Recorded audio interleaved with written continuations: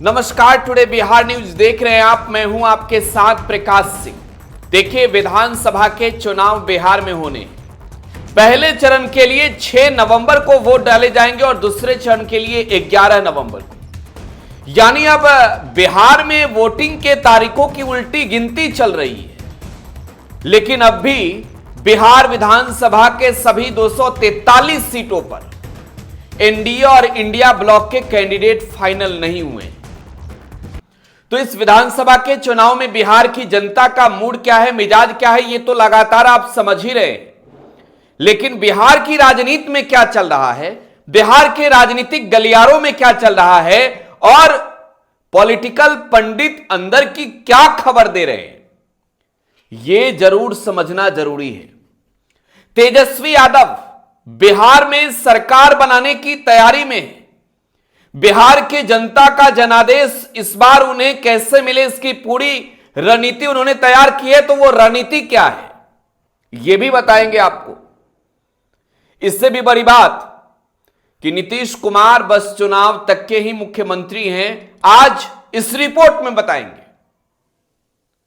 तो देखिए, बिहार जब विधानसभा के चुनाव के तारीखों की उल्टी गिनती के दौर से गुजर रहा हो और बिहार की जनता नेताओं को परखने में जुटी हो, तो यह समझना जरूरी है कि राजधानी पटना के राजनीतिक गलियारों में बैठे नेता बिहार की जनता के लिए कौन सा प्लान तैयार कर रहे हैं।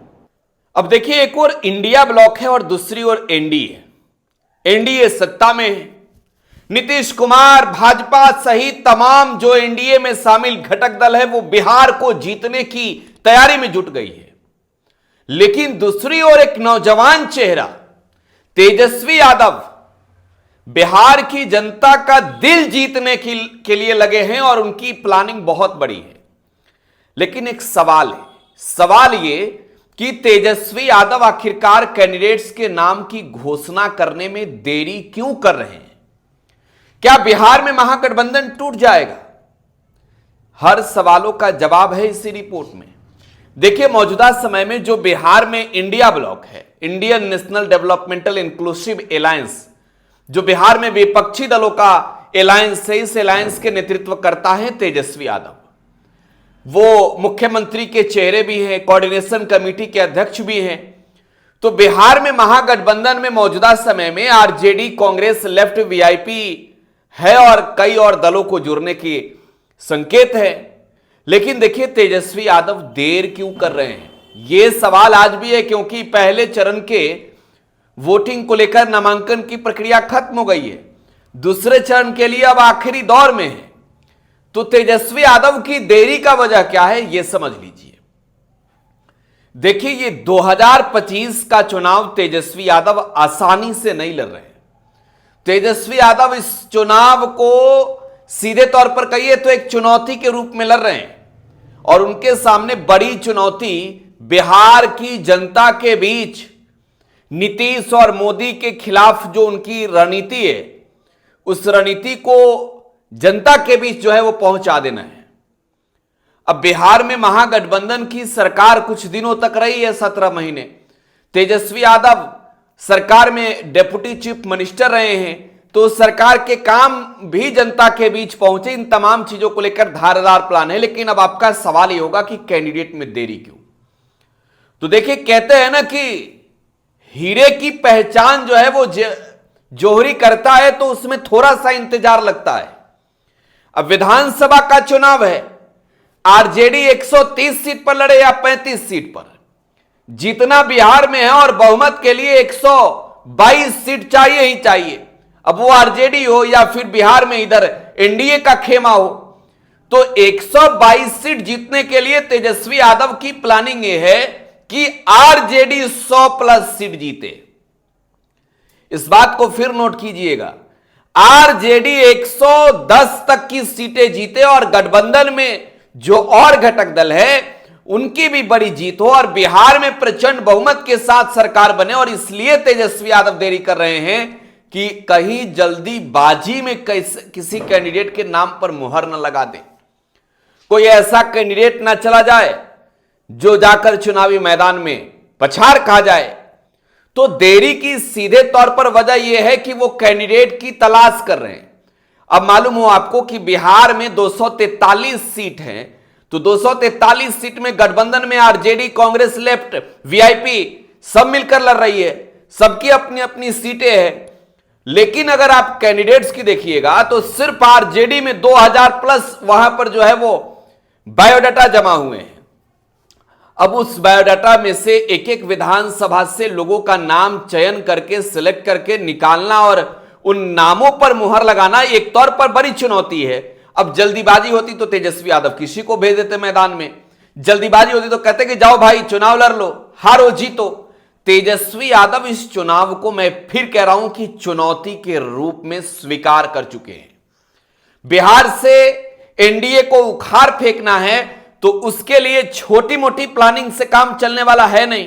तो बड़ी रणनीति यह है कि सबसे पहले कैंडिडेट धारदार हो, कैंडिडेट जनता के बीच जाए तो वो सीधे तौर पर इतनी मजबूती पब्लिक के बीच से मिले कि वहां पर महागठबंधन की जीत हो और आरजेडी विधानसभा के अंदर फिर से सबसे बड़ी पार्टी नहीं बनना चाहती, बल्कि इस चुनाव में तो बहुमत के आंकड़े को पार करने का भी प्लानिंग तेजस्वी यादव का है। तो आप समझ गए होंगे कि देरी क्यों हो रही है। अब देखिए महागठबंधन है, कांग्रेस 70 सीटों पर चुनाव लड़ी, आरजेडी 144 सीटों पर चुनाव लड़ी, लेकिन इस बार कांग्रेस की सीटें कुछ कम हो रही है, कैंडिडेट कम हो नहीं रहे हैं, वीआईपी की डिमांडिंग ज्यादा है, सीटें उतनी मिल नहीं रही है। तेजस्वी यादव को लेकर मैं फिर कह रहा हूं कि तेजस्वी कोई भी चुक नहीं चाहते हैं और यही वजह है कि वो चाहते हैं कि आरजेडी सबसे अधिक सीटों पर चुनाव लड़के सबसे बड़ी जीत हासिल करे। उनका उद्देश्य बिहार में विधायक बनाना नहीं, बिहार में सरकार बनाना है और वो मिशन बहुत बड़ा है।